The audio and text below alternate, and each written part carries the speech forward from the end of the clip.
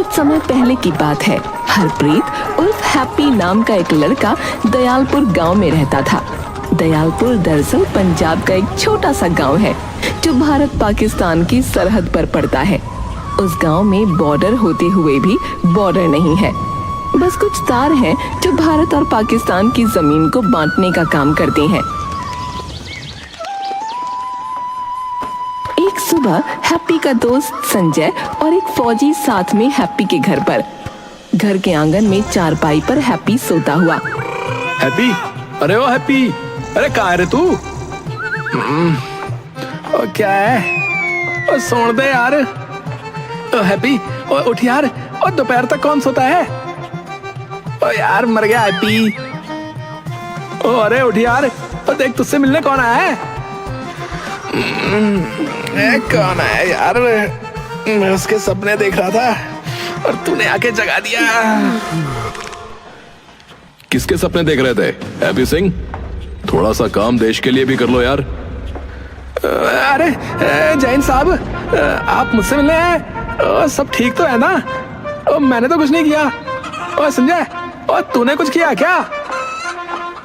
अरे अरे शांत हो जाओ भाई, तुमने कुछ नहीं किया है। तो फिर क्या हुआ? तो बताओ साहब, की काम आन पड़ा? हुआ यह है कि कल रात एक तूफान आया था। उस तूफान के चलते सरहद पर लगे तार टूट गए हैं। वैसे तो ऐसा कोई खतरा नहीं है यहाँ, लेकिन रूल्स आर रूल्स। सुबह सुनी तारों की मरम्मत करनी है। तुम लोहे का ही काम करते हो ना? ओ आहो जी, ओ करता तो हूँ। ठीक है, मैं शाम में चला जाऊंगा और सब ठीक कर दूंगा जनाब। आप जो है फिक्र मत करो। हैप्पी के होते हुए आप सैड मत होइए। हाँ ठीक है, बातें खूब बनाते हो हैप्पी सिंह। शाम होते ही हरप्रीत ने अपना टूल बॉक्स उठाया, संजय को लेकर सरहद की तरफ चल पड़ा। दोनों उस जगह पहुंचे जहां टूटे हुए तारों की मरम्मत करनी थी। हरप्रीत ने अपने टूल्स निकाले और काम शुरू कर दिया। ओए संजय, ओए ओ यार, कभी कभी दिल करता है सरहद के उस पार देखकर आऊं कि वहाँ लोग कैसे हैं यार, क्या करते हैं यार। कुछ अपनापन सा लगता है यार। खते दे पुत्र, ज्यादा बातों नहीं मत बन। सरहद के पार जाना है बे? वहाँ कौन से सींग है लोगों में? जैसे हम वैसे वो। और उस पार दो पैर रखकर बता, पाकिस्तानी छन्नी बना देंगे तेरी। बड़ा आया। ओ यार भाई, तो गुस्सा हो गया यार। ओ मैं तो बस जो है अपने दिल की बात साझा कर रहा था यार। ओ काम निपटा जल्दी यार। ओ भैंसों के लिए पट्ठे लेने भी तो जाना है अभी। तभी अचानक तेज हवा चलने लगी और एक नरम गुलाबी रंग का दुपट्टा उड़ता हुआ हरप्रीत के चेहरे पर आ गिरा। उसे ऐसा लगा जैसे कुछ देर के लिए वक्त रुक गया हो। ओए, ये कहां से आया यार संजय? ओ यार, इस दुपट्टे की महक मुझे मदहोश कर रही है यार भाई। वो दुपट्टा उठाकर चारों ओर देखने लगा, लेकिन वहां उसे कोई नजर नहीं आया।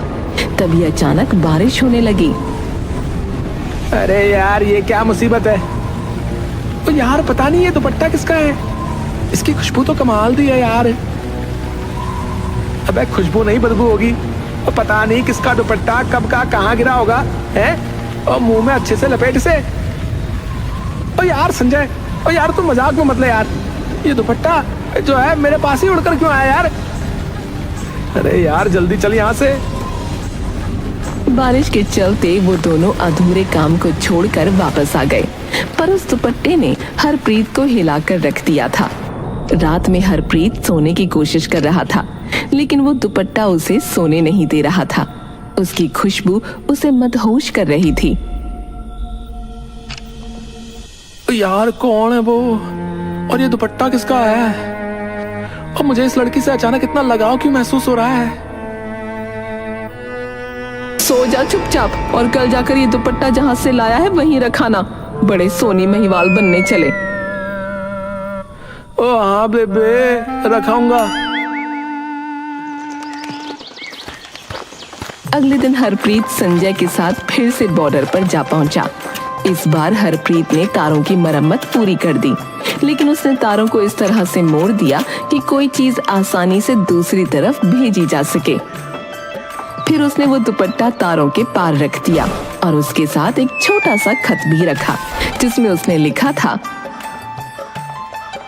आओ जी, माफ करिएगा, आपका ये दुपट्टा मेरे पास रह गया था, आप इसे ले जाइएगा और हो सके तो नहीं कुछ नहीं, बस माफी हरप्रीत। खत और दुपट्टा वहीं रखकर दोनों वापस लौट आए। अब हरप्रीत के दिलो दिमाग में बस यही चल रहा था कि वो लड़की कौन है, क्या वो उसे कभी देख पाएगा। वो अपनी रोजमर्रा की जिंदगी में खोया खोया सा रहने लगा। काम में भी उसका दिल नहीं लग रहा था और वो बस कल का इंतजार कर रहा था। ओ यार, क्या वो आएगी और क्या वो भी मुझे देखना चाहेगी? किसकी बात कर रहा है? कौन सी चुड़ैल देख ली तूने जो ऐसे पगला गया है? और चुड़ैल मत कहो उसे। अगले दिन सुबह होते ही हरप्रीत संजय के पास पहुंचा। ओए संजय, चलना, हमें फिर से वहीं जाना है। ए, क्या पागल हो गया तू है? तुझे कुछ और काम नहीं है? क्यों बार बार वहां जा रहा है? ओ यार, कुछ समझ में नहीं आ रहा यार मुझे, लेकिन मुझे वहीं जाना है बस। तू चल रहा है या मैं अकेले जाऊं? यार, ये शरद का मामला है, पता नहीं कौन कौन लोग वहां आते जाते होंगे, अगर कुछ गड़बड़ हो गई तो। लेकिन हरप्रीत मानने को तैयार नहीं था। आखिरकार संजय ने हार मान ली और दोनों फिर उसी जगह पहुंचे। इस बार उन्हें वहां एक चिट्ठी पड़ी मिली। हरप्रीत ने फौरन उसे उठाया और पढ़ना शुरू किया। ओए, ओ इसमें लिखा है, अस्सलाम वालेकुम, मेरा पसंदीदा दुपट्टा वापस करने के लिए आपका बहुत बहुत शुक्रिया। और आगे लिखा है, क्या आप कल शाम 5 बजे आ सकते हैं? मैं। हरप्रीत की आंखें चमक उठी। वो खुशी से झूमने लगा। उसकी धड़कनें तेज हो गईं।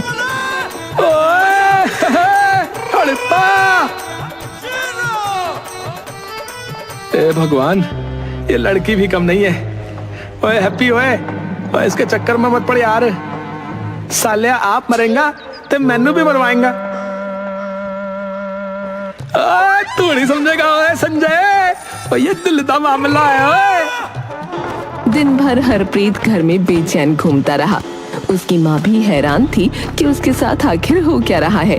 जैसे ही शाम के 5 बजे वो तुरंत बॉर्डर की ओर दौड़ पड़ा। संजय भी उसके साथ था, लेकिन आधे घंटे तक वहाँ कोई नहीं आया। फिर 5:30 बजे सामने से एक लड़की आई। उसके सिर पर वही गुलाबी दुपट्टा था। वो बेहद खूबसूरत थी। हरप्रीत उसे देखता ही रह गया। जी, आप जो है जी इतनी लेट क्यों हो गई? मैं तो 5 बजे ही आई हूँ। अरे मैं समझ गया, दरअसल ये टाइम जोन का चक्कर है। पाकिस्तान के 5 बजे मतलब हमारे यहाँ के 5:30। ये सुनकर दोनों हंस पड़े। वैसे आपका नाम क्या है? शमा, और तुम्हारा? ओ जी, हरप्रीत जी। लेकिन ना लोग मुझे ना हैप्पी कहते हैं, हैप्पी। हैप्पी? हम सच में वैसे ही दिखते हो जैसा आपका नाम है, हैप्पी। आहो जी, आपका नाम भी आपको सूट करता है जी, समा। अब मुझे जाना चाहिए, कोई देख लेगा तो परेशानी हो जाएगी। अरे इतनी जल्दी? हम फिर कब मिलेंगे? कल। ठीक है, लेकिन समय का ध्यान रखना। हरप्रीत उसे जाते हुए देखता रहा। लौटते वक्त उसने संजय से कहा, ओए यार संजय, वो वही है यार जिसे मैं सपने में देखता हूँ। और मुझे लगता है कि मुझे उससे प्यार हो गया है यार। क्या? तेरा दिमाग तो ठीक है ना? यार वो पाकिस्तानी है, वो मुसलमान है। ओए तुम दोनों का कोई भविष्य नहीं है, समझा?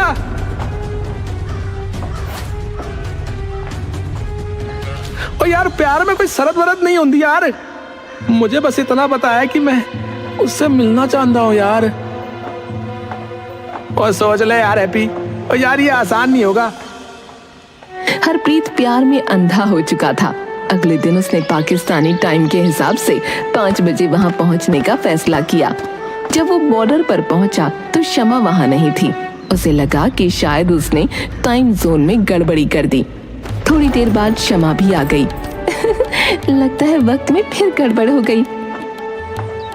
हाँ, लेकिन अब तो मिल गए ना। इसके बाद दोनों के बीच धीरे धीरे और बातें होने लगीं। हर दिन वो एक दूसरे से मिलने लगे और उनके बीच की दूरियां मिटने लगीं। प्यार का इजहार भी हो गया। और ईद आई तो शमा हरप्रीत के लिए शीर खुरमा लेकर आई। तुम्हारे लिए हमारी ईद की खास मिठाई मैंने अपने हाथ से बनाई है। शुक्रिया जी, शुक्रिया। ये तो बहुत ही स्वादिष्ट है जी। स्वादिष्ट मतलब? स्वादिष्ट मतलब लजीज, लजीज जी, लजीज। अच्छा, शुक्रिया। दिवाली पर हरप्रीत शमा के लिए मिठाई लेकर पहुंचा।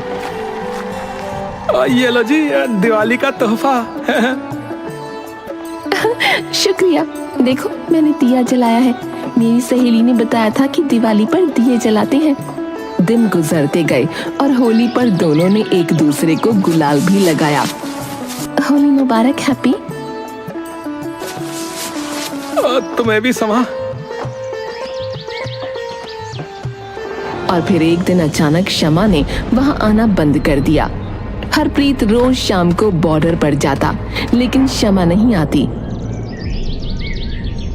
एक हफ्ता गुजर गया, लेकिन शमा का कोई अता पता नहीं था। समा, कहाँ हो भाई तुम? आखिर ऐसा क्या हुआ कि तुमने आना बंद कर दिया? हैप्पी यार, अब छोड़ दे यार। मैं तुझे धोखा दे गई। वैसे भी तुम दोनों का कुछ होना नहीं था। वो पाकिस्तानी है और ऊपर से मुसलमान। और तुम्हें समझ क्यों नहीं आता भाई? और तो चुप रहे यार संजय। ओ यार, मुझे समझाने की जरूरत नहीं है यार। ये मेरा प्यार है यार, तुझे नहीं समझ आएगा। और मेरी समा मुझे धोखा नहीं दे सकती। वो वापस जरूर आएगी। हाँ, उसका दिल मानने को तैयार नहीं था कि शमा ने उसे धोखा दिया होगा। वो भागता हुआ फिर से बॉर्डर पर पहुंच गया, जहां वो हर बार शमा से मिलता था। वहां उसकी नजर अचानक एक छोटे से बच्चे पर पड़ी जो उसके पास आ रहा था। भैया, ये खत आपके लिए है। हरप्रीत ने थोड़ा घबराते हुए खत लिया। उसका दिल तेजी से धड़क रहा था। उसने खत पढ़ना शुरू किया। हैप्पी, मैं समा की दोस्त हूँ। मुझे ये बताते हुए बहुत दुख हो रहा है कि समा अब तुमसे नहीं मिल सकती। उसकी शादी हो चुकी है और वो इस्लामाबाद शिफ्ट हो गई है। ये पढ़ते ही हरप्रीत की आंखों में आंसू आ गए। उसका दिल एकदम टूट गया। वो वहीं बैठ गया जैसे सारी दुनिया अचानक खत्म हो गई हो। ओए समा, ओए तुम चली गई। ओए मुझे अकेला छोड़ के चली गई। ओए क्यों चली गई? ओए शमा की शादी की खबर ने हरप्रीत को पूरी तरह से तोड़ दिया था। उसने बॉर्डर पर जाना बंद कर दिया। वो दिन रात बस उदास रहता, न कुछ कहता, न किसी से मिलता। भाई, जिंदगी ऐसे नहीं कटेगी। ओ यार, शमा चली गई पर तेरा जीवन तो अभी बाकी है ना। और तुझे भी अब शादी कर लेनी चाहिए। और नहीं यार संजय, अब मैं किसी से शादी नहीं करूंगा यार। मेरा दिल सिर्फ समा के लिए धड़कता था यार। और अब वो रही नहीं यार। बेटा, हम सब तेरे साथ हैं। तुझे जीना होगा, आगे बढ़ना होगा। लेकिन हरप्रीत तो पूरी तरह से टूट चुका था। उसे खुद नहीं पता था कि वो क्या कर रहा है। एक दिन यूं ही भटकते हुए हरप्रीत फिर से उसी बॉर्डर पर जा पहुंचा। वो वहीं बैठ गया। उसकी आंखों से आंसू बहने लगे। तभी अचानक एक जानी पहचानी आवाज उसके कानों में पड़ी। हैप्पी। हरप्रीत ने सिर उठाया। सामने शमा को खड़ा देखकर उसके होश उड़ गए। समा, तुम यहाँ? हाँ, पर तुम यहाँ कैसे? तुम्हारी तो शादी हो गई थी ना? मेरी शादी? ओए शादी तो तुम्हारी हुई थी ना, और तुम्हारी दोस्त का खत मिला था मुझे। या अल्लाह, मेरी शादी नहीं हुई है हैप्पी। उसने हमें अलग करने के लिए झूठ बोला होगा। जैसे संजय ने मुझे ये बताया था कि तुम्हारी शादी हो चुकी है और तुम मुंबई शिफ्ट हो गए हो। ओ यार, पर इन लोगों ने ऐसा क्यों किया यार?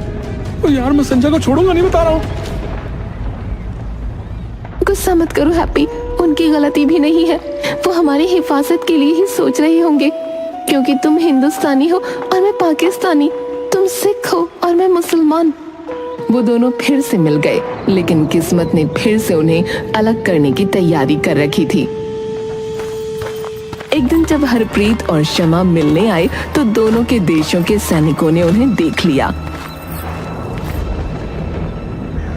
ये सरहद है, कोई मजाक नहीं। दोनों देशों के बीच कुछ भी हो सकता है, और तुम लोग इस तरह बेफिक्र होकर मिल रहे थे। मुझे ये सब पता है साहब, लेकिन ये सरहद सिर्फ जमीन के टुकड़े बांटने का काम करती है, दिलों को नहीं बांट सकती। इस घटना के बाद दोनों के मिलने के रास्ते बंद हो गए। दोनों के पास अब बस यादें थीं। महीनों बीत गए और हरप्रीत को शमा से कोई खबर नहीं मिली। बेटा भूल जाओ उसे। कैसे भूल जाऊं बेबे, मेरा दिल कहता है कि एक दिन हम जरूर मिलेंगे। उसी समय हरप्रीत को खबर मिली कि उनके गांव में एक शांति समारोह है, जिसमें दोनों देशों के नागरिक शामिल हो रहे हैं। हरप्रीत के मन में उम्मीद जागी कि शायद इस समारोह में उसे शमा से मिलने का मौका मिल सके। बेबे, मैं भी उस समारोह में जाऊंगा, शायद शमा भी वहां मिल जाए। जा बेटा, भगवान करे तेरी उससे मुलाकात हो जाए। मेरे रब्बा, मेरे पुत्ती राखी करी। समारोह वाले दिन हरप्रीत वहां पहुंचा और भीड़ में इधर उधर देखने लगा। कुछ समय बाद उसे गुलाबी दुपट्टा दिखा। शमा भीड़ के बीच में खड़ी थी, जैसे उसे ही ढूंढ रही हो। दोनों की आंखें मिली और दोनों के चेहरे पर एक चमक आ गई। हैप्पी, मुझे लगा अब हम कभी नहीं मिल पाएंगे। तो मैंने कहा था ना, प्यार में कोई सरहद नहीं होती। अब चलो मेरे साथ। हरप्रीत शमा को चुपके से अपनी साइड लाने की कोशिश करता है, पर तभी एक सैनिक उसे देख लेता है। अरे अरे, ये क्या कर रहे हो तुम? पीछे हटो। अचानक हिंदुस्तानी सैनिक हरप्रीत को और पाकिस्तानी सैनिक शमा को पकड़कर अपनी अपनी ओर ले जाने लगते हैं। शमा, शमा, शमा। हैप्पी! अचानक शमा एक सैनिक की बंदूक छीन लेती है और अपनी कनपटी पर रख लेती है। अगर मुझे हरप्रीत के बिना जीना पड़ा तो मैं यही अपनी जान ले लूंगी। उसकी आवाज में एक दर्दनाक गहराई थी, जिसने सबको हिलाकर रख दिया। दूसरी तरफ हरप्रीत भी एक सैनिक की बंदूक छीन लेता है और सैनिकों की ओर तान देता है। ओए, अगर शमा में कुछ हुआ ना तो मैं तुम सबको खत्म कर दूंगा। ये देखकर दोनों तरफ के सैनिक बहुत चक्के रह जाते हैं। एक पल के लिए माहौल में सन्नाटा छा जाता है। फिर एक अफसर आगे बढ़ता है और इशारा करता है। ठहरो, इन दोनों का ये जुनून देखकर लगता है कि इन्हें मिलने देना ही सही होगा। वैसे भी आज के जमाने में सच्चा प्यार खत्म हो चुका है। जहां बाकी है वहां इसे पनपने दो। शमा और हरप्रीत एक दूसरे की ओर दौड़ते हैं और गले लग जाते हैं। चारों तरफ तालियां गूंज उठती हैं और कुछ यूं हैप्पी और शमा की लव स्टोरी की हैप्पी एंडिंग होती है।